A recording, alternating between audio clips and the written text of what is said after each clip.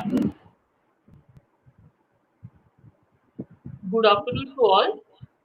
I once again welcome all participants for the afternoon session of the national webinar on rethinking and recreating the academic library lessons from the pandemic. In our morning session of electronic collection development, I had mentioned to you all that licensing is one major challenge in the acquisition of e-resources. And so it is in the dissemination of e-resources too. It being a legal document and with no assistance from any legal professional in an academic setup, it turns out to be a little demanding for the librarian. Keeping this in mind, we planned this session on licensing issues of e-content development. The speaker of this session is none other than Dr. Medha Joshi, who has dealt with licensing when heading three major institutes in her career. I will briefly introduce you all to our speaker of this session, Dr. Medha Joshi. Dr. Medha Joshi is currently a consultant, Information and Management Services and Bioethics, and consultant for Information Services, National Cancer Grid, Tata Memorial Center, Mumbai. Her educational qualifications include Bachelor in Science, Bachelor in Library Science, Masters in Library Science, and PhD in Library and Information Science, specifically on Information Search Behavior, and PG Diploma in Bioethics. She is an independent consultant and provides services for information management, information literacy, search skills, research ethics, publication ethics, conduct literature search with expertise in healthcare. As consultant, information services for National Cancer Grid, her focus is to support information needs of all NCG member centers, web content manager of NCG website, facilitate e-learning activities, and conduct and facilitate webinars for information literacy programs for all the centers. She is former head, Department of Library and Information Science at Tata Memorial Hospital and Tata Memorial Center, Mumbai. She is a member of National Tumor Tissue Repository Committee of PMC, member of ICMR Research Ethics Committee, and member on several institutional and independent ethics committees in Mumbai. Serves as an international surveyor for SIDCER, FERCAP, a WHO initiative for Asia Pacific region for more than a decade. Her past assignments, she has successfully headed libraries at three major institutes in progressively responsible positions in terms of librarianship, state-of-art technology and services, specializes in biomedical and hospital and clinical librarianship. She designed and delivered several specialized information services and developed library-based information systems for all media. Her unique contribution is a special collection of India-specific cancer publications and systems for in-house generated non-print and unpublished material using DSpace. She was involved in several activities related to EMR and development of document management systems for quality management. She served as Web Content Manager, PMC, member and member secretary of Institutional Ethics Committee, member of Scientific Research Committee, and was a convener and editor for TMC Annual Report Committee during her tenure at TMC, Tata Memorial Center.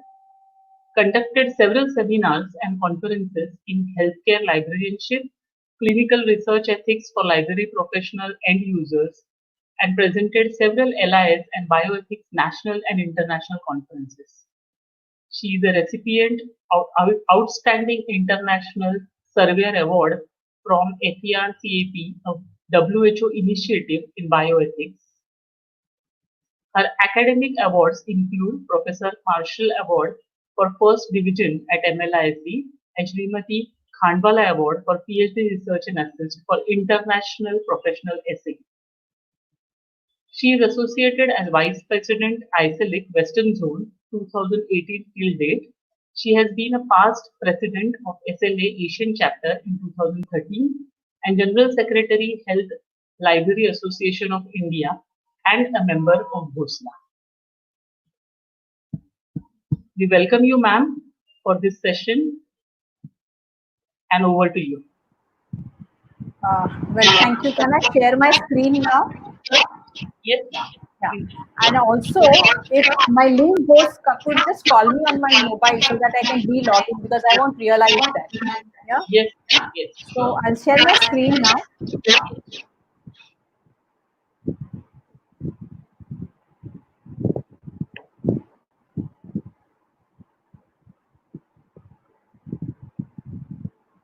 Can you all see this? Can you see my screen? Hello? Yes, ma'am. Yes. Yeah, good. So shall I start? Yeah. You can. Yeah. Yes. Perfect. Yeah. Good afternoon, everyone, and thank you for having me here to speak on the most important aspects of licensing, because when we do e-resources, it's very important to have our terms and conditions in place. My talk is not going to be too technical, too administrative, or too much of a legal concept, but something that we should know when we are going to sign on a dotted line. What is that document about, and what are those small areas or fine prints we should be reading and understanding and trying to change it. So, about this, since we're going to be a very, very lucid talk, and because licensing is a very huge topic, there are several bodies across the world who are working towards standardized licensing terms and conditions. So every time we have a new resource, new format, new platform, the licensing platform changes, and therefore we have to be very aware of this. And I'm just going to take you through this whole process of licensing and what are the areas which are of our concern and we should be looking forward to. See, we have had a very long journey. For me, especially, I started with very traditional library, books and journals, print formats, and loose leaf journals, loose leaf books, chapters, segments. And I gradually, from floppy disk, I started using floppy disk, then hard disk or CD-ROMs, and then I went on to internet. And now we are on working on cloud. And at cloud, it's a very complex universe. There was a very good depiction here from the Guardian.com. So we are serving all ages.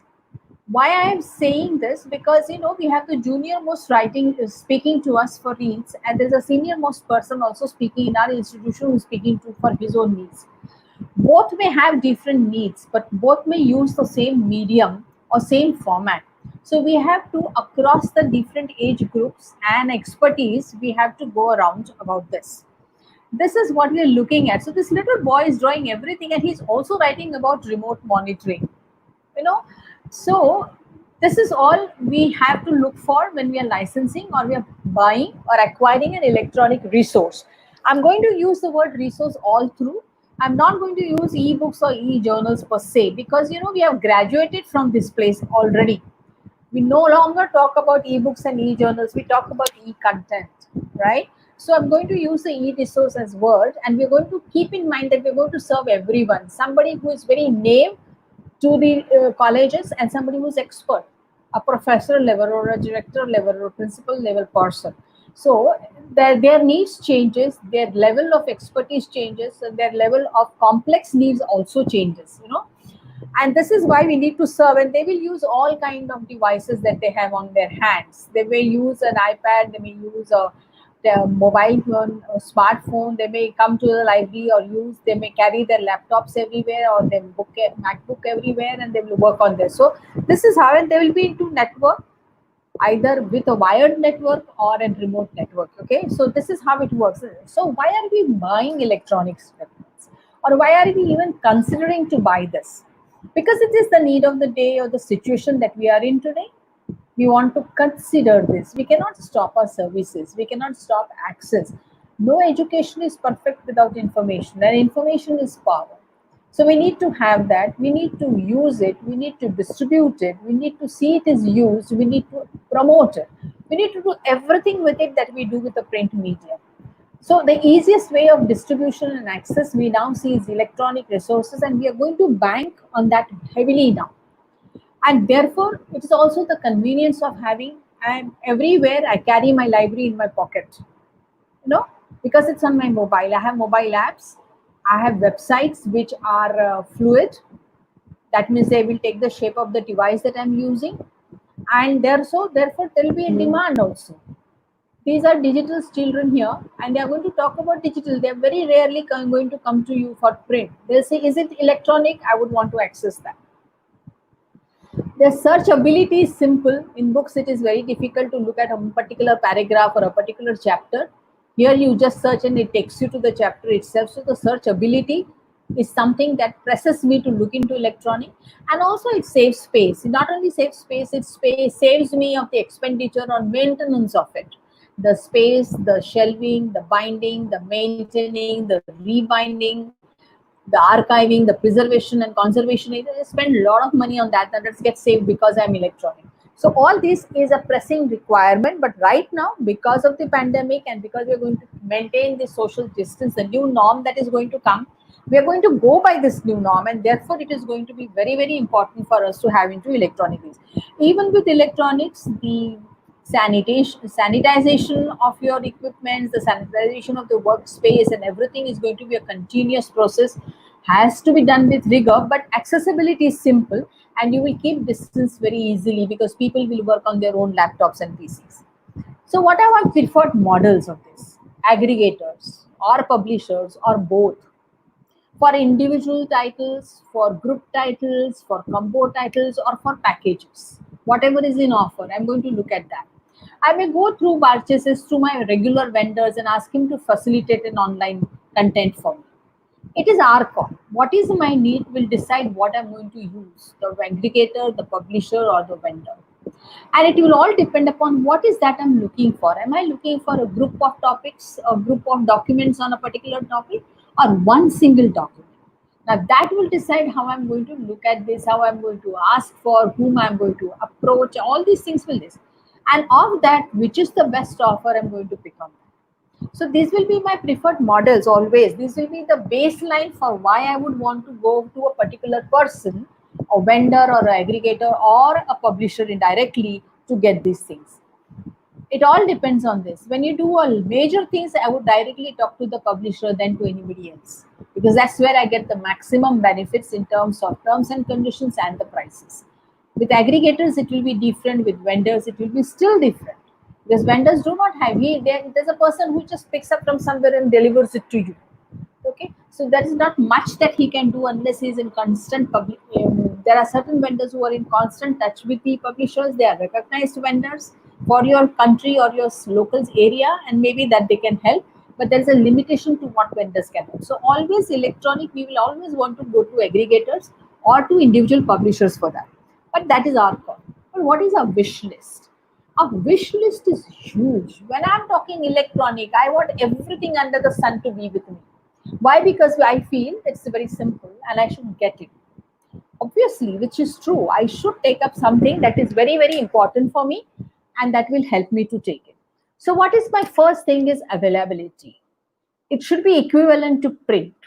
Whatever is in print, it should be there. On and above that, there should be value addition. And the value addition can come in different forms and formats.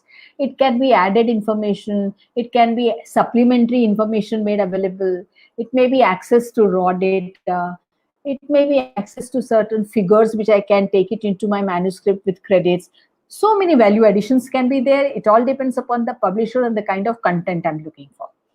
I should have the ability to select and buy. So nothing should be thrust upon me. You cannot buy a single book. You will buy these 10 books also.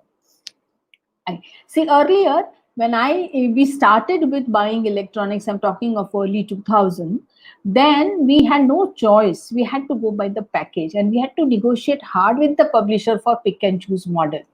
Coming from an institute where I will not buy everything that is under medicine, I would only want to buy that is oncology related. So obviously I would press for my requirement. I said I would pay something which I will never use. I would want to pay for something which I will always use, and that is oncology. So pick and choose model should be made available to us, and so we had to negotiate hard, and our negotiations went on with the publishers for this kind of a model for almost a year and two, until they realized what they will have to do to have us as their customer. And that was a need perhaps across. So few publishers started, but few still didn't start. So there were areas when people would say, if you want to buy this journal, this is free for you. Now I knew that journal A was very useful to me. The journal B was something I will never ever look in my life. Nobody in my institution will look, but it came along. Slowly, when we got used to this combo subscription, they said, well, for the other title also you would have to pay. And then we put our foot down and said, we will not pay for this because that's nothing related to you. Withdraw it. No, it comes in as a group. We cannot give you as a single title. So that's how it happens. And then because we didn't agree to it, we say we will do away with the journal. We don't want this journal with a combo where I have to pay equal amount. So $800 and again another $800, $1,600 for a journal which I will never ever use, not my area. So sometimes when you do packages or you take combo subscription, this is a problem, that you always pay for something which you never ever will use. So this is something we should be very vigilant about when I talk of packages. When publishers, is so much, you get so many, they always talk about numbers. And the numbers versus, oh, this we are giving you at a throwaway cost. Individual journals will cost you $50,000. With this, we will charge you only $15,000. That's a catch.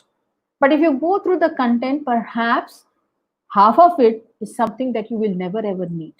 So every institute to its own needs, and accordingly we must think about. But it's on a wish list. I must have a select and buy policy. I may have the freedom of buying with the aggregator or with the publishers or both of them. I must have a purchase model where I will say title by title. So that's pick and choose. You may have 500 titles in oncology. I will pick and choose only 10. I should have the freedom. Some of the publishers earlier used to tell us, you can buy, pick and choose, but minimum 35 titles you must purchase. Now that was something coming from a super specialty. No publisher gave me 25 titles on oncology. But I had to pay for 25, though I selected 10. So now that was something we were not agreeing to.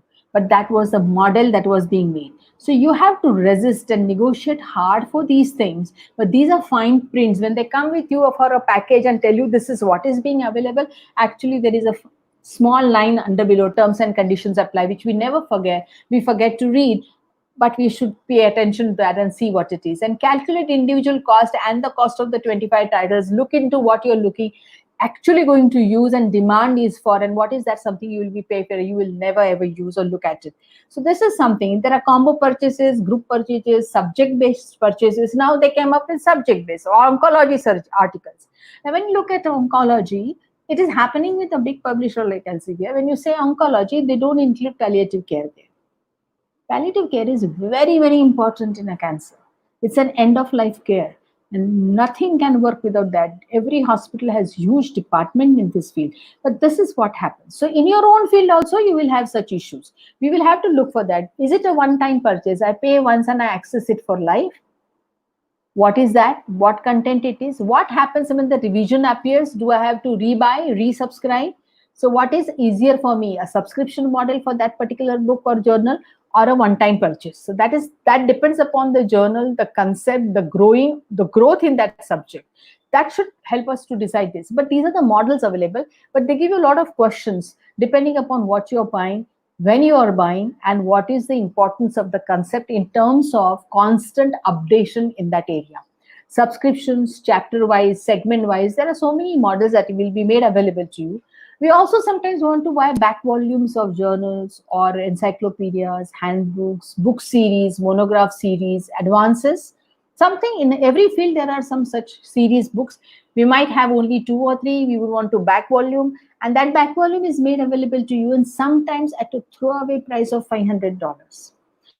There was an event with us when we were given that, oh, at $500 you can buy everything from volume 1, just $500, which was a throwaway price. It was really peanuts. But in medicine, I will not go to something that is published in 1800s, except when I'm looking at history. Why would I want to spend $500 on that? Because for me, especially in super specialty, the changes, the subject changes very quickly. The importance of treatment guidelines changes very quickly. For me to buy waste, I might buy a book worth 500 rupees sometimes, electronic, that is more better than buying a back volume, and we refused. We said it should come down at a more throwaway price than 500. We will consider, but that's not something we are looking for because we'll not. So every subject has its own historical graph, and that decides whether I want to buy a back volume or not. So if there are research methods, yes, we will want to look at it. But if there is a general aspect that right from volume one, everything is being made available, no. People from chemistry, mathematics, physics would want to buy this always, because that's something they will always go back to the basic principles that were invented earlier and to take it forward into the today's times. So they would want to buy, but not certain areas. Biological sciences will be little back-footed on this. So this is what devices. Another thing is everything should be available in all kinds of devices, either through mobile apps or through some kind of things, but they should be available. And searchability should be across everything. Books, there should not be a different search engines, journals different. It is a content. Because it is electronic, it is in an electronic format. So the search engine should be such that it searches across. So whether I use a discovery tool or the publisher gives me its own search engine is something that I have to look for, but this is what I should be asking for. So these are value additions. There will be many more like this, like perpetual access, security, preservation, customer service, downtime, uptime, what happens when it is more longer, therefore down for a longer time, availability of metadata, because I would want to electronically catalog these things, personal features for every PDF. Can I annotate? Can I download an annotate? Can you give me interactive PDF? Now, these are some things that's in medicine, there are articles which will have an interactive PDF. It will also have a video fitted into it. It will also have a commentary fitted into it. And it will also have an interview of the author on the topic. Now, everything I would want to see. So whether these electronic subscriptions allow me to look at all these add-on features is something I would want to, and I will negotiate with that. So this is what I should know. So what is that added value that comes to me? Whether there is cross-linking, I would always want it to be linked with thesaurus and subject headings or subject dictionaries for me for ease of use, following any international standards which I can help me and integrates with my system, and of course user statics, and this wish list can go on as progresses are made. I would want to see this. So there are plenty of challenges when I look of electronic resources, but we'll concentrate on licenses. So licenses is subscriptions, one-time purchases, renewals, archival rights, distributions, accessibility, downloading, printing, everything will come on this. And the impact is single year versus multiple years, single center versus multiple centers, everything will happen. It should cover discontinuation, cancellations, renewals, exchange, change of titles into it, or takeovers, or whatever it is. So all these things are about license, and that's what we're going to look at. So license is nothing but an understanding between two parties. Understanding about availability, accessibility, and use. And also there are other things which will come into it. So it's kind of an MOU. You sign on a dotted line. So we always advise that when you have this, it's a legal document. As a library professionals, because you are subscribing, you should read it and understand it fully well, what is that you are recommending to your institute. But if you have a legal expert in your institute, it's always ask the person to run through it and see what it is. Because the legal language is a little tricky, and you get used to it once you have 2 or 3 licenses under you. But till then, you need to take some help. It's a legal document and it stands in the court of law. It's an agreement between the institution and the supplier, publisher, vendor, aggregator, from whomever you're going to acquire this document. So main points are users, use, administration, and business model. Now this business means model. What is the kind of model, access model they're giving it to you? What is the pricing? How is the invoicing going to be made? When the invoicing will happen? What the invoice should talk about? And all other legal aspects that stand, that is all business. Users is about who is entitled to use. So what is the definition of users? And what is this use about? How can you use it? So it is, according to this, it will be talking about authorized users, the on and off campus use, the concurrent use or simultaneous use, the DRM, the digital rights management restrictions or openness into it. License period, what is the period that you will stand with this contract? Archiving, preserving, models, and pricing. All this gets covered into these 4 sections. There are many more, but these are more important ones which we should look at because this talk about a lot of library science. Okay, so what is this that I have to negotiate every aspect of this which benefits maximum to me? That is what we are looking at. So licenses is governed by a contract law. So there's contract law in every country, it is governed by that because you sign a terms and condition that this period I'm going to abide for all these things, and this person who's giving me this is responsible to support me with all these things. So but sometimes they take over some of the rights of copyright as well, which are inherent copyright rights. They are taken over by these terms and conditions. So one has to be wary of this, and that is why a legal expert opinion on this is very important. It can reduce or control rights of the use of the content that is being made. So there's another requirement that we need to read very carefully about when it talks about how it can be used. That under that phrase, all these things will come because it will jeopardize the rights of library services like interlibrary loan. If they say you cannot distribute electronically, means you cannot do interlibrary loan, or you cannot print it, you cannot print more than so many copies for someone. All these things will come. This came up as a time when we tried to work for a Science Direct thing for this, and we had to tell Elsevier that this is a library performance and library service has been there for ages. It's only the medium will change, but the service will go on. We should be allowed to give an interlibrary loan electronically. So a solution was found out that we all libraries should create a DILL email account. So DILL, TMH, whatever it is, or DILL, BRC, or DA, whatever it is. And our within this, anybody who could write on this email for a request, we could support through that email a full text electronic copy for that article. So interlibrary loan continued in this fashion. So you have to find out a way, but this happens when you negotiate. If you accept what is being printed, that means you are getting bound by something and you are not able to move your hands and legs, anything for moving, for working for towards the user needs. So license by aggregators can be simple and straightforward. Why? Because there's nothing that is theirs. That is from the publishers. They have taken from the publishers certain terms and conditions. Those certain terms and conditions are being made available to you. But when you are talking about for e-books, e-journals with the publishers individually or as a content, they become very complex. And that complexity is really sometimes mind-boggling because there's a legal language, we don't understand much about it, and then we don't understand whether it is protecting the library rights or it is not protecting the library rights and services. So that is what, and the license will also have attachments, and these attachments will be about the schedule of delivery of the documents, and it will also talk about to whom it is being delivered. It will also talk about what is the pricing module and what is the access module.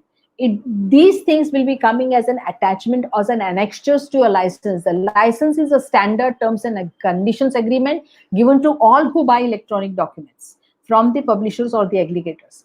But when you are talking about certain specific product, that comes into an annexure, and you have to be very sure of reading those annexures as well, because that's where they specify what will be made available to you under this product and what will not come, what will be the value additions to this. So that is where is very important. We should always be very carefully reading these. Uses, who is, this is something we need to understand. Who is a user? Authorized user, walk-in users, guest users, short-term users, all these people, they are users of the library. In any tradition, so I'm saying anything that is traditional gets translated into electronic. So if my traditional library allows visitors to come and read the library, I should be allowing them to read an electronic document as well. So there can be no way of telling me that you can only authorized users, people who are on your payroll can use it. So this is the question then comes when they say the FTE based payment. So now that's where you get to negotiate, because FTE means everybody there. So the faculty, the board members and the students, everybody becomes a FTE, and then they start charging you for that. So that relation you have to say that this cannot be done. It has to be IP based access, so institutional access. Whoever is in will read it or use it or print it. It gives all rights. So that is what. So number of users, they say unlimited users or simultaneous users, concurrent users. What is your need?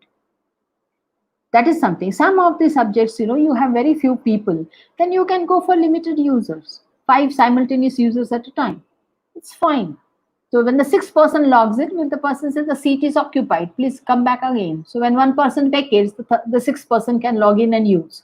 Because the number of users are very small for that domain, you can negotiate. That gives you a little less pricing. Now, this is what we talk about in number of users. Normally, when say it is unlimited access, is unlimited is not downloading everything that is there. Unlimited means any number of users can log in at a time. That is what the difference is, and we need to understand this is always defined in the license terms and conditions, the main document of the license. And that's why I said we should read it very carefully. All commas, full stop, semicolon should be read under this. Licensee is the person who is buying it. Licensor is a person who is giving you under certain conditions, giving you access to certain conditions. Now that is what is an authorized sites. You may have a single college, or you may have your different colleges across Mumbai, and everybody gets, you can access, you can subscribe for a single time, and everybody gets an access to that. So these authorized sites are also listed there, and they explain you what do they mean by authorized sites. So when it is IP based, it will they say IP based, and this is the IP that is being given to us. So this is what is use is unlimited means what? What does this mean? This is defined, and we need to understand. If they say unlimited is up to per month only so many downloads, we must say no, we will not allow this. Unlimited is let anybody access anything across the campus.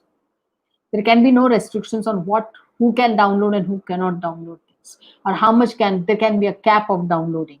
There's a moment you try to put a cap, your usage is going to dip. People will not want to come and see.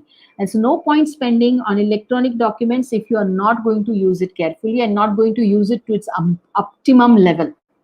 Our objective should be extremely useful. What is the point in having electronic document distributed easily across the campus? So downloads, what is the amount? There should be no systematic downloading, which we agree. And we should agree to it, because you cannot download anything cover to cover using some third-party software or even otherwise. And it happens.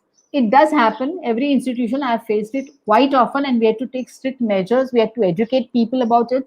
Everything happens. So, but this is a class which we should agree, no systematic download. You cannot start printing journals again at your end, or books again at your end. So library services like fair copying clause of copyright should be advisable to us, acceptable to them. Digital copying should be acceptable. Interlibrary loan in fax, print, email format should be made permissible to us. They are never explicit about it. And these license clauses have to be made very explicit. You cannot keep it hanging. Maybe, may not be. You put sometimes. That sometimes has no sense. Okay, so or the numbers is no sense. So you need to look at this. The permissions, printing permissions, you're permitted to print. Sometimes you'll put a cap. 10 pages of this book. Sorry. So that doesn't make a sense to us. So this should be, other use the term reasonable. Now, reasonable can be defined by different people in a different format. That reasonable amount is not there. So such clauses have to be very well explained. What is reasonable, we should know. Otherwise, there is no way you can educate your users or make a control on this. So print permissions is something that is very, very tricky and can put you into small troubles. There are access models, which we will see, that are linear models, that unlimited concurrent users access to a certain numbers. So there is a limit, 5, 10, 20, 25, it goes on. Unlimited access, n number of users logging at the same time using different resources or the same resource. Textbook wise or title wise access also can be permitted, and search and browse models, of course, are offered by all. Perpetual access is something that suppose I cancel after some time. For whatever years I have subscribed, that should be made accessible to me forever. Because when I buy a print, the print stays with me. Even if I discontinue, the same logic gets applied to electronic resource. Most of the publishers now offer perpetual access, but earlier they do not. But there are certain publishers who will say perpetual access, but rolling on model. So that means that for 3 years or 5 years. So when you move ahead 1 year, the first year gets disabled. So if I am in 20, then I can access from 18, 19, 20. When I go to 21, it will be 19, 20, 21. So this is how it happens. This is called rolling. And then that is not perpetual. But I have paid from 16 onwards. So I should have access from 16 onwards to 2020, because in 21 I discontinued. So this access should be continual. But when it is rolling access, Remember, you don't get an access from 1997 onwards. That's first thing. Second thing, when you discontinue, this is jeopardized in a very large way. Archiving rights for subscription period. How do I get an archiving right? Do they allow you? Most of them don't allow. Those who allow, what format do they give you? Raw data or processed data? If it is raw data, they just give it to you. It's a big mountain. You don't know what to do with it. You have to work on its organization and digital management and a database and a searching engine and everything. So this is what is there. So instead of that, there are many publishers who will say, okay, we'll give you an maintenance clause. And under that, even if you discontinue, you may continue to access this by paying certain 10% of your total bill, the last bill was. You continue pay 10%, you'll keep on getting access to those electronic things. Is that permissible? Is that okay for you? This is something you will have to negotiate. In the present phase, they will say no archival rights. And if archival rights, we will give you the raw data, do whatever you want with it. Now, where do they store? It's a huge data, so you need a big server. So you have a lot of cost attached to it. It's just not having data because you subscribe to it. So that kind of rights really do not help us much. So this is something we need to look at it. Rights to access, there should not be limitedness. There should be non-exclusive. It should be revocable thing, non-assignable, non-transferable licenses. That's okay. Download space, you can view, use, play, single copy, print, single you can distribute, but editing is not permissible to you. So that is okay, but it's for use only. How you can do it, that's something your requirement will decide. So whenever you sit for electronic document, first enlist your requirements for that. Then look at the licenses, ask for an advance copy, look at the licenses, and then you say what is that you will not like to be here, and that should be changed. Set statements of right, reserves the right to change everything anytime without an explanation or advance notice. May require immediate withdrawals of certain things because there was a changes in the systems of the people from where they have obtained, or the publisher sold that title to somebody, so that has to be withdrawn. All these things will happen, but in that case, what is that? The library is missing out. So it's like publisher's responsibility to make it available even if the title moves out. But that's what we signed the contract on. So just in between, they cannot say it's not available now. They have to complete the contract period. So that's a responsibility. But unless that is clearly stated, they do not stand by this. So this is what. So who is the guarantor for access for purchase material? The publisher. That should be stated. Guarantee of availability always. We think that there is missing journals and missing issues only in print media. No, there is missing issue and missing content even in electronic media. And I have faced this often. And many times, you have to pursue with the publisher constantly to get that information in place on that electronic media. They keep on saying it's released, but it's never on you with you. You do not even know where it is. You do not have an access to it. You do not know the details of the content, but you surely know that this number issue is missing or this content is missing. It's not there. It should have been here by now. And it becomes very difficult. So this responsibility squarely rests on the publisher, and there has to be a clause of missing content. How this is going to be handled, and publisher or the vendor from whomever you buy is responsible for getting it. So because when it is a vendor, not an aggregator, you should always have a tri-party argument. So publisher is involved in this. So handlings of takeovers, changeovers, sold out, all these things happen in publishing industry. We are aware, but the library is at the receiving end, and that's where we need to take into a issue. Who owns how many downloads and acquisitions, individual or mass, decides what is my need. So that ownership. But remember, it is always jurisdiction of India. When you buy it from the publisher, the jurisdiction is their country. Government of India says that any of these things, the jurisdiction should be India. So this has to be changed in the clause. Many publishers refuse, but when you are not ready to sign the contract and get an issue and order to them, they change it. But you have to be very sure. Now, this is one clause which we do not understand much, and the legal expert helps us with this. And no legal expert will advise you or your director or principal to sign on the contract because it is not Indian jurisdiction. We cannot, for any court law, we cannot go to USA and fight because that's huge cost to us, and we will not do that. And they have their Indian offices here, so they can very well do it. So that's why. So there should be a notice period whenever they are withdrawing. a notice period from our side also when we want to stop. What is that notice period should be designed. This notice period is also for the renewal invoices. So this should be taken in it. There should be no indemnity clause because the library cannot be responsible for any loss. There can be no loss on electronic content from the library side. If there is any loss, it is from the publisher's side. So libraries cannot be held responsible for this. And therefore, you do. So what is a breach clause is also there, and what does this cover? We should take care of that because it should not be, the breach is never only from our side. The breach happens when your inappropriate use happens. Okay. But there is also a time when the publishers just go off and there is a breach, then who is responsible?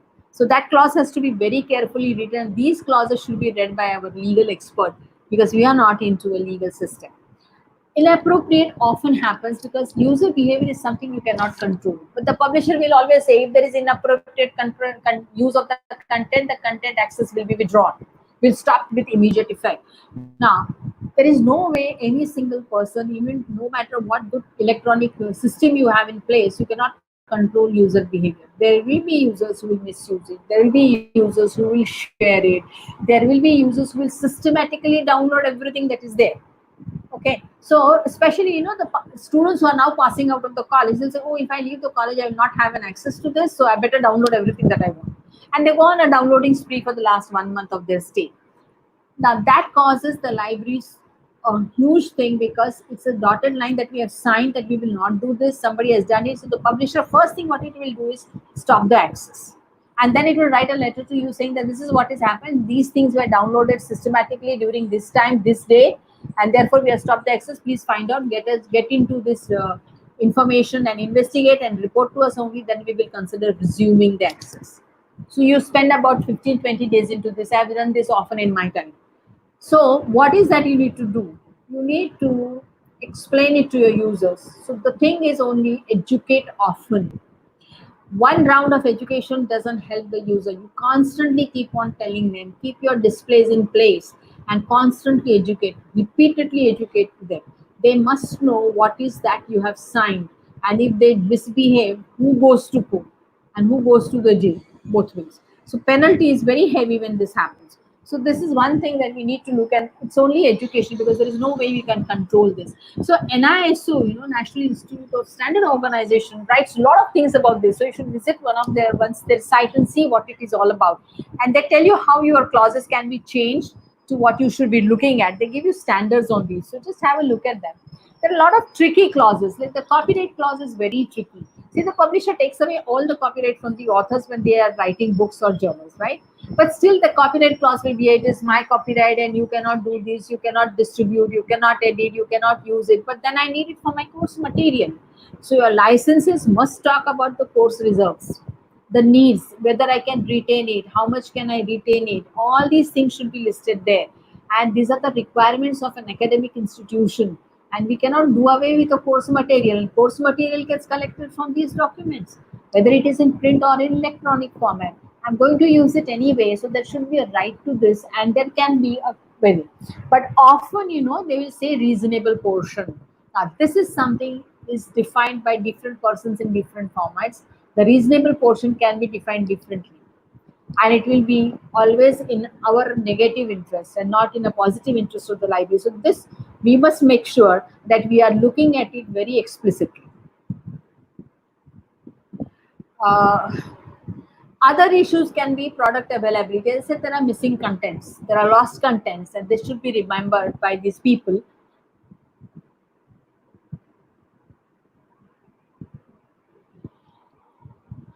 Okay, and what are the rights management issues that can happen, how I can manage it, and this information is picked up in the transaction log of the publisher. So there should be a security and confidentiality aspect to this, and this clause also should be in your license contract.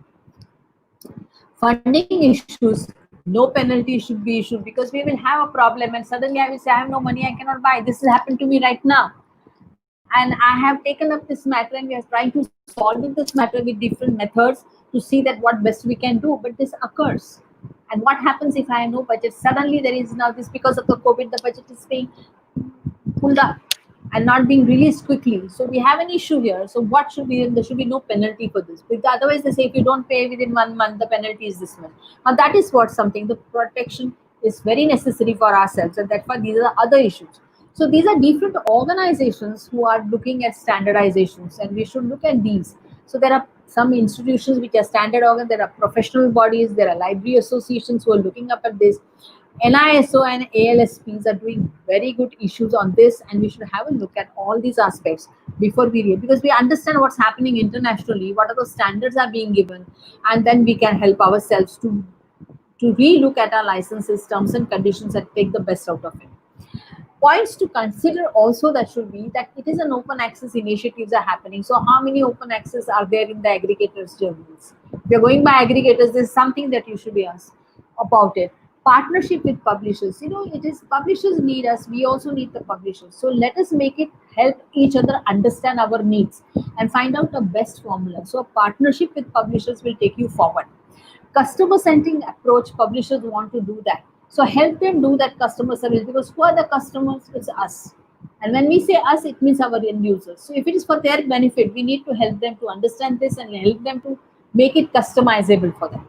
Getting hold of your holdings, understand what is my holding, what is my need, what is that these electronic resources will add value to me, and should I divert my print subscription to this? Will it help me? There should be in a hybrid collection, everything cannot be print plus online. There will be certain print, there will be certain print plus online, there will be certain things which are only online. Now, this is something, a policy you have to define upfront before you start working on your electronic resources and licensing things. It's then because you have a base to understand what is your need, and based on that you start negotiating terms and conditions and then the pricing of it. Authentication is a very big issue. We need to look into this. Who is using what? We need to look at that, because then it helps us to make people better understand. There will be so many people who have not understood the clauses you explained. We need to talk to them again. This is something. So at the end, what is there is, once you have license in place, you want your users to behave and use it well. Training is the most important aspect of this. So first train yourself about these license terms and conditions, and then see that everybody is educated on this so that they make best use and maximum use of what you have subscribed for. So innovation is the need in licenses. What is my need? How terms and conditions can help me? I need to think about it constantly. And every time I have a new need, a new content comes up, and new content is promoted to me, the license terms and conditions ought to change. They cannot remain, because technology driven. And therefore this is so change perception of need and use constantly. We need to look at that. Change perception of print versus ebooks or e-journals or e-resources, and I'm talking of e-content. So I'm not going, that's why I said it's not a single thing as ebook or e-journal, is e-content. So it gives you a group on a platter, and it helps you much better than anything else. And that's what we need to look at. And that is what I would just want to say about licensing. And thank you very much. And I would like to stop this, and I hope I have added to whatever you would wanted to see about it. And I hope I have not taken a longer time. I finished well in time. Not at all. Yeah, very much in time. Ma'am, we'll go for the question and answers round first. Sure. Yeah. So one question that we have received is, for different campuses of the university, how does licensing work? In the Different campus, multiple campuses of the university. How does the licensing work? That is where we say authorized sites. So there are now two components in a license in this case. One is what kind of model they are giving you for multiple sites. These multiple sites must be defined into your license. And thirdly, the pricing. So the base institute price may be higher, but the star institutes or the satellite institutes, the pricing can be negotiated. So at a time, if I'm giving access, that's what I'm doing at National Cancer Grade. Okay. So at a time, I'm giving access to 200 centers across the India. So I'm saying I'm going to give you these 200 centers. These are the names. These are the IP addresses. And I'm paying. So now this is the base institute. Now for 200, you tell me how per center cost will be. If it is your own institute, so Bombay University has 5 campuses. Then Bombay University can negotiate for 5 campuses at one place, say one invoice, one payment. Tell me the cost of 5. Negotiate. Now this negotiate. So whatever you make available for the main institute to be made available to all the other institutes. The terms and conditions don't change. What changes is the appropriate authenticated IP addresses for all these institutes. If any of the institute is just taken birth and doesn't have an IP address, a username password for them, and you have to identify the controllers of these institutes. These should be made available to the publisher. They know whom to talk to these people, and then make the access available. But another clause then comes is, how does I know as a central body that the access is on? Therefore, in my term and condition, I will say that when you make an access to these 5 institutes, you must get a certificate from this authorized person that the access is on. Only then I will make a payment. Often, they make the access on, the people don't know that the access is there and it is never used, but I pay for a non-used center. And then I can also say, now we need to conduct official on-site tutorials for every resource at this place.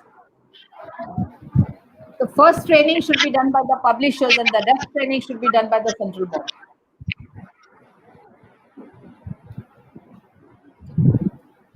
So you mean to say that the certificate will come from the pub. You should ask for the certificate from the publisher or service provider? Yes. That the access is on. Who says it? I can verify. But unless if I want to pay you, you need to certify something. It's like an installation report. You put in any software, what does the store or the purchase tell you, or the accounts? Bring an installation report. Who gives an installation completion report? The agency. What you do, you certify. It is same. It is same. Thank you, ma'am. The next question is, what is DRM? Digital rights management. You often you can say accessibility, you can make it available as per the user.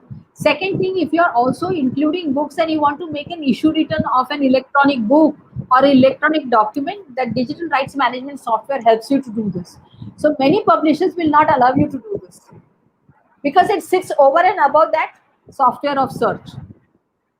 So that is what rights management. It's a business thing. Any software that you do, the admin has all the right. The user has only some right. Your assistant has a different set of rights. So right to accessibility. What sections can they access? What they cannot access? What they can take it on hire for 2 days, 3 days. So when they say this book is issued, electronic book is issued to me for 2 days, in that time that book is not available for anybody else.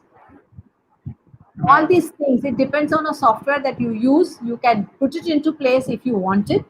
Most people will not do it. It is an IP based, accessible to all. We are not bothered. We don't want to put any restrictions on what people should be using and how much they should be using. But there are rights managements for depending upon the capacity, the caliber, the positioning of the user who's. For example, the first year student may not have access to journals, only books. Okay. Somebody else, a little higher, a PhD research student may have access to all journals and books. The faculty may have access to all the subjects that you have subscribed, irrespective of his or her expertise. So these are rights management. How would you want to implement it depending upon what you use? In an electronic world, we have done away with rights management. We do not have any control on accessibility. Neither we say we do not issue anything issue any electronic book to anyone in TML. We say it's accessible, IP access, you can have a look. But people who use it, individual books and catalog it, they would want to implement this. So it is for them. If you're not using it, the DRM clause doesn't make a difference. But if you're using this, then the DRM clause is important. See, a publisher monitors everything that happens on your system. The proxy server that is connected with the publisher helps a publisher to monitor every transaction, so just to know everything about it. And that's why the confidentiality clause is very important. Our usage Like I signed a contract, I'm not going to divulge the terms and condition and pricing to anybody. The publisher will not share my usage data and usage report and kind of usage happening with anybody else except me. It's a data confidentiality clause.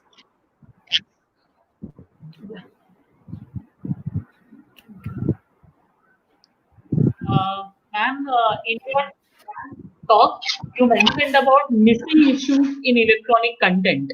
Yes. So, I want to know, can you please elaborate on it?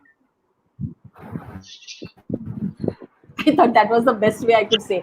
Okay, you know what happens? For example, if you say books or a journal, which is a series publication, and you ordered for the series, and every time it is published, it should come. Access should be made available to me. Now, it happened with us a couple of times. That's how we included this clause in our next licenses, actually.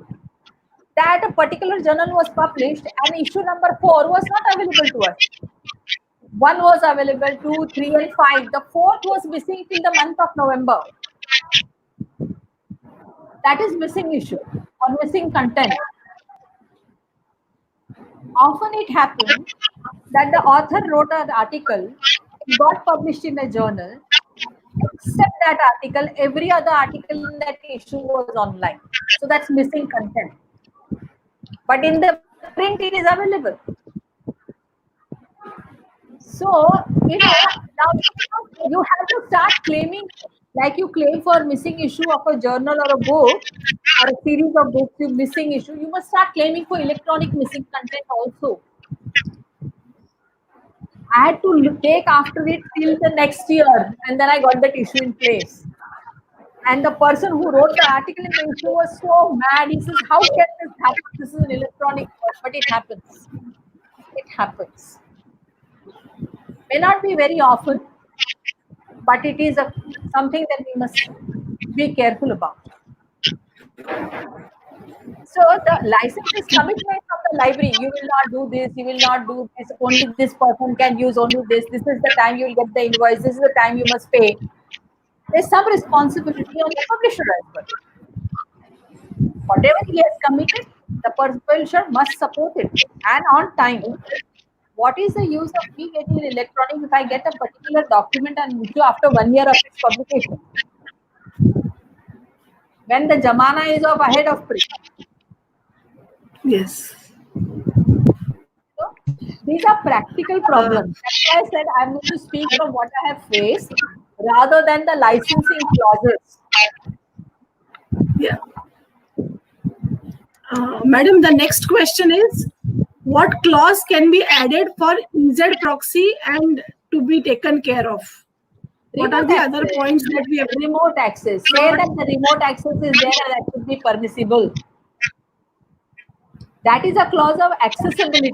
So under accessibility, that's, you should say that the accessibility on campus and remotely permissible for authorized users. But who is authorized user? They have defined, and it's my responsibility to see that I give remote access to that authorized person only. The onus is on the library. But you must ask, and they do give, they have no issues with it. Because nowadays, see what publishers do, you want a remote access from your campus IP-based access, register at Mariso. Once you register from IP-based access, then all over the world, you will get access for 3 to 4 months. When the access goes off, come back to the campus, re-register, again the access goes on. They anyway do it themselves. So they will also allow for your EZ proxy or whatever you're using. They are not worried because your EZ proxy also works through your proxy server or any such thing, right? Now when it works, they already record who's using it. So they can catch any misuse very immediately. We use EZ proxy for so many years now in TMS, and we had this problem. One person, one of my senior registrars, he was moving out. 1 month left. Oh, मुझे चाहिए नहीं मिलेगा. Everything was being downloaded. EZ proxy कहीं से भी at midnight, anytime they can do it. But publisher wrote to me that we are stopping access to this journal because we saw so much of this, and this was a number. So we could trace the person and we call the person, said, don't do it. Even if you leave, and even after 5 years you want something that image has, we will support. Because we anyway support across the world. So don't download. It is here forever and you will get access whenever you want it. So don't do this. This is spoiling this, this is spoiling our reputation, and everybody else is at a problem because the access has been stopped. So the catch is quick and the action is super quick with the publisher. That's why I said education and education and education. Constantly. Ma'am, so when you mentioned about systematic download, and then the access to the whole institute is stopped. So is it that some kind of undertaking needs to be taken? Your voice is breaking. Can you come again? Yeah, one second.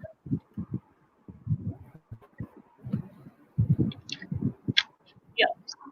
Also have many a times. Yeah, I'm audible now. Ma'am? Yeah. Yeah, we have also many times faced this issue of systematic download and then the access getting stopped completely. So, is it that some kind of an undertaking or something is taken from the students, from the user, when they Yes, enter yes. the setup? Okay. I'll tell you what. Now it Yeah. depends institution to institution. Okay. Mm. I am from a healthcare. And in healthcare, information is of utmost importance. Every minute they need new information.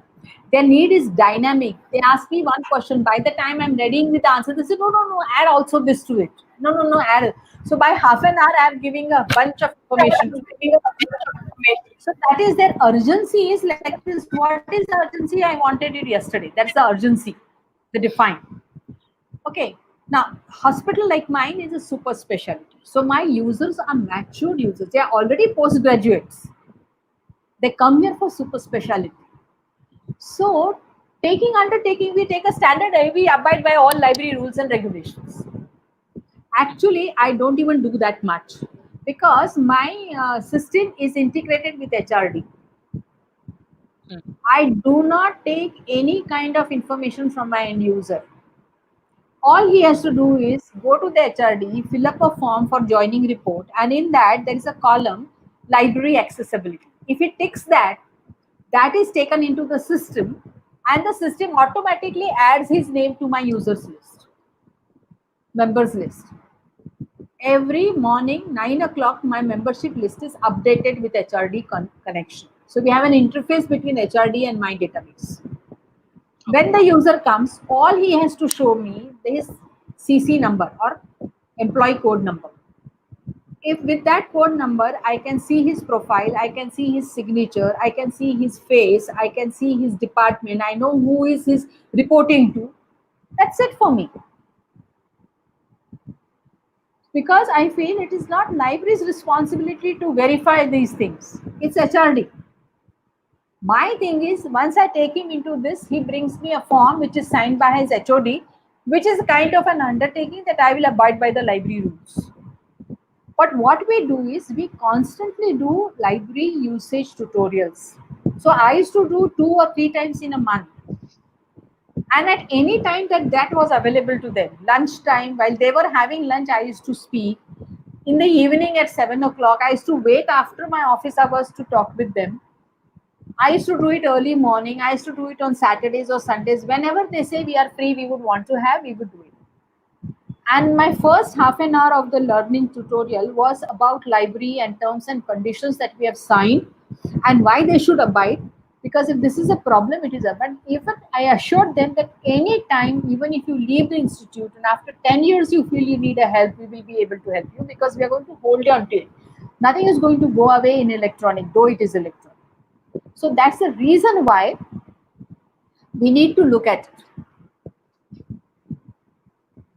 Signing is I can sign, but the temptation to hold things with me, I've signed it a year ago now. I've forgotten now. Yeah. So I think education is something that is very important. Thanks. Education only helps. Do not leave any. When new student comes, my counter person was educated to teach them all this, tell them all this. It need not be me. The first person they interacted is my circulation desk or the entry desk. That person is entitled to tell them everything about the life. So my users, when you're not giving us any card, I said we don't want your card. You're going to lose it, then you're going to ask for one more. There's no need for electronic. Just log in. But then my counterpart, no, madam takes tutorial, next tutorial is this day, join. We will remind you. Just to remind them, come and join, because then what you know what is there. So this proactively and openness helps them to understand better than making them sign on undertaking. It's my take on it. I didn't do anything in all my life. Because these mishaps will anyway happen. Yeah. Writing. Madam, the next, Yeah. next question, in case of sister institutions, so institutions which are under the same management, how does one negotiate? I mean, if the number of users, if we are showing more, then again the cost increases. Then in such cases, how do we handle? That is why I said do not negotiate with FTEs. For example, Tata Memorial Center. Yeah. I have now 6 institutes, but when I started, we were 3. So we said Tata Memorial Center, single institute, single invoice, access at these 5 points. Negotiate. Okay. We are not going to talk about how many people, how many beds. In hospitals, they go by beds. Or they go by number of doctors and nurses. Now, with me, there is certain even with you all colleges, the population is fluid, no? 10, 20 students come in, 20 pass out. Yes. So what is the point in telling them FTE? FTE means even the first year student is counted. So you might have some 3,000 users. So if I'm going by IP address and I'm going 3 institutions at one time, I said, this is my umbrella. I'm going to talk to you. I'm going to give you an order. I'm going to bill you. I'm going to pay you.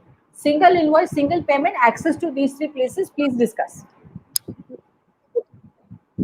Then you can say, these people, there is no, this department is not there. So why are you charging extra there? Reduce the cost for this center.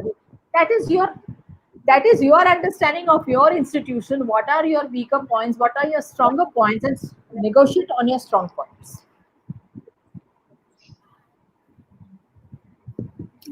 Thank you.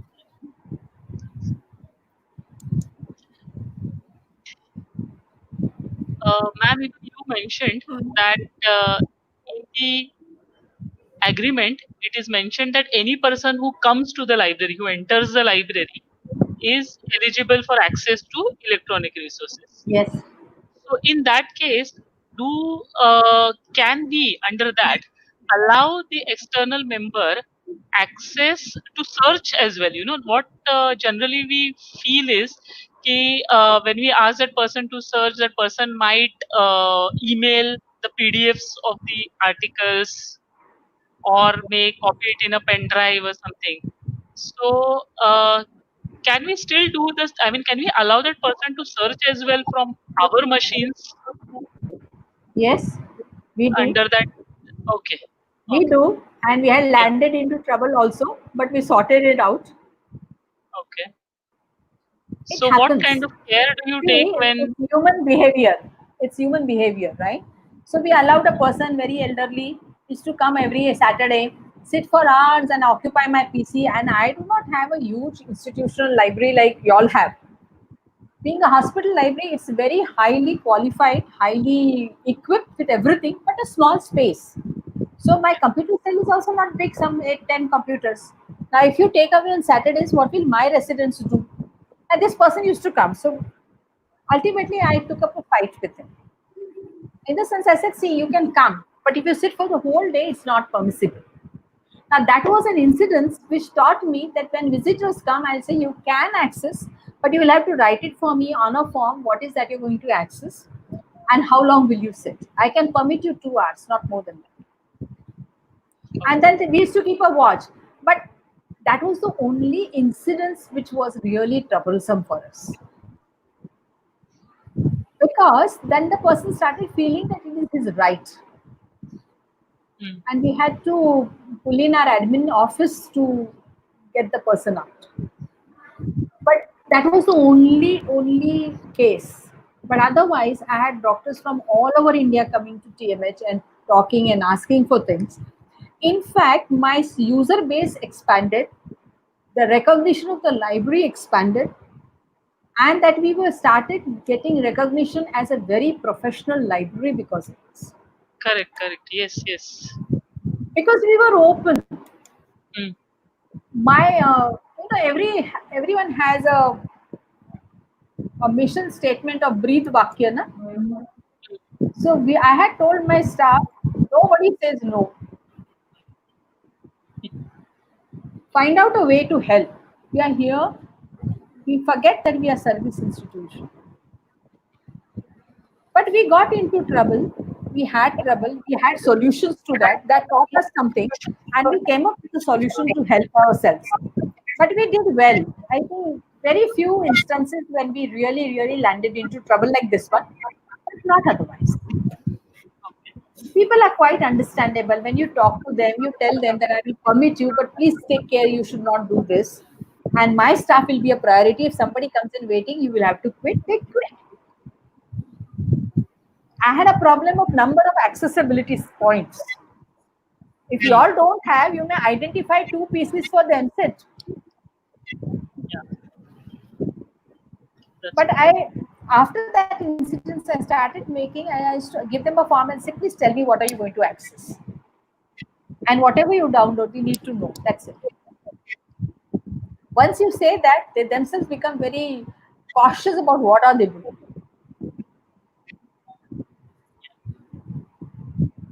It's human nature, just handle that.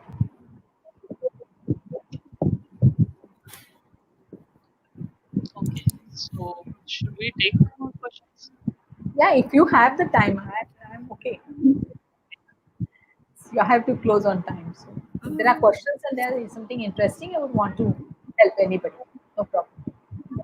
Yeah. It's up to you all. Madam, someone wants you to elaborate more on breach of contract. That's what I said. The breach of contract, is kind of a penalty clause. Breach can be for any of the terms and conditions that are listed above. About the usage, about authentication, about accessibility, about downloading, about distributing. These are terms and conditions. So you breach anything of this, that there is a penalty levied. Now, how do you want to see this? The penalty sometimes can be too heavy to handle. Or you don't pay in time. The contract says you pay within 1 month of the invoice date. You don't pay for 6 months, which often happens with the government institutions. There is a penalty. So breach of anything that you have signed on the dotted line, there is a penalty, and that is called breach of contract. So what is that wording you must see? It shouldn't be too harsh on you that you cannot handle any time. You must remember that as government institutions, really, most of the things really don't work in that time schedule. No matter how much you run after it. So breach can be anything that you have signed and you are not obliged to. You distributed, you printed issues of journals and distributed to say 100 people. There is a loss of commerce for the publisher in this. So that's a breach of contract. You are not permitted to do that. Right? Or you download a particular reprint of your institutional author and distribute to say 2,000 institutions in the country. You're not permitted because every reprint costs $1. So that's breach of contract. They don't allow you to do this. Madam, there is one statement, actually this is not a question, but it was in continuation to that clause for EZ proxy. They are saying that our access was denied by one of the database companies on the basis of EZ proxy in spite of the clause. So, and they are working towards a legal action. So anything from your experience that you can share on this? I have not come across that because most of the publishers allowed me to use an EZ proxy. Nobody said no to me. Because when we decided for remote access, we saw to it that publishers complied with it and said, yes, you can do it. So I have no clue, and we did not put any numbers under EZ proxy. We said we are going to use this and give remote access. And I work with the biggest publishers. I work with Ovid, I work with Elsevier, Wiley, Springer, all big publishers for medicine. Nobody came back. And we only said because Athens and Shibboleth is not available to us, we are going to use EZ proxy. And when we started, EZ proxy was the only thing. Now we have a different format also. But when we started, it was only EZ proxy. Athens was available to India, but it was very, very costly. It is per user cost, and that's too much for us. So we went for EZ proxy. But I have not come across this. So, you need to read the clause very carefully. Maybe there is some sentence or some phrase which we did not, you might have missed it or misinterpreted. Just have a look, speak with your legal expert on that.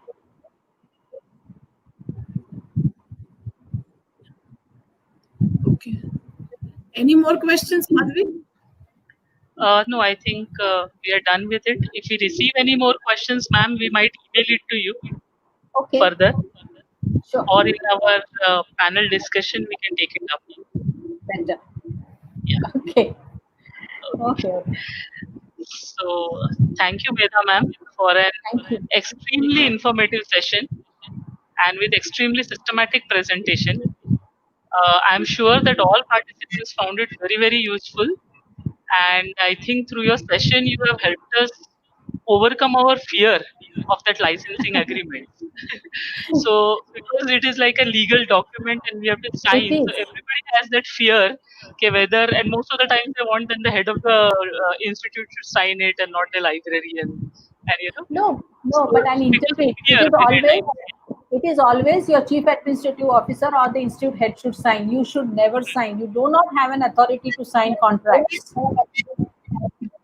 Yeah. You don't have. So I used to sign in my earlier institution because my director says whatever it is you understand, you sign, I'm there with you.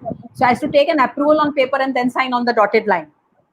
But in PMS, I made it a point and I said, no, the CAO signs or the director signs, whoever. Because in our institution, all contracts for research or anything is signed by the CAO or the director. For anybody. It's not only library. So I said, we are also a department. We have called me a department. I'll go by the department norms. You all will sign my contract. But they used to ask me, what does it say? So I had to create a summary of that license for them. Okay. I said, this is the summary. This is acceptable. This I have asked to change. This should be changed. So you also endorse, and I'll ask them to change the clauses. So then all the summary, I used to show it to my legal department. And my legal expert used to endorse it. And then my director used to sign on this. It is indeed a legal document, and do not take it upon yourself. You must say that your director or principal or chief administrative officer is involved in the process. Thank you, ma'am. So now we really feel confident to negotiate our terms with the service providers as well after your session, ma'am. Thank you so much. That's a great appreciation. And thank you for addressing the questions and answering the questions and clearing all the doubts of the participants. Thank you once again, ma'am. Thank you very much. Thank you. Thank So you, I take your leave. Thank you very much. Thank you, Meghna, and thank you, Madhvi. So nice to talk to you and see you all here. Great job. Your morning session was also nice. Yeah, thank you. Thank you, Mahendra. Thank you.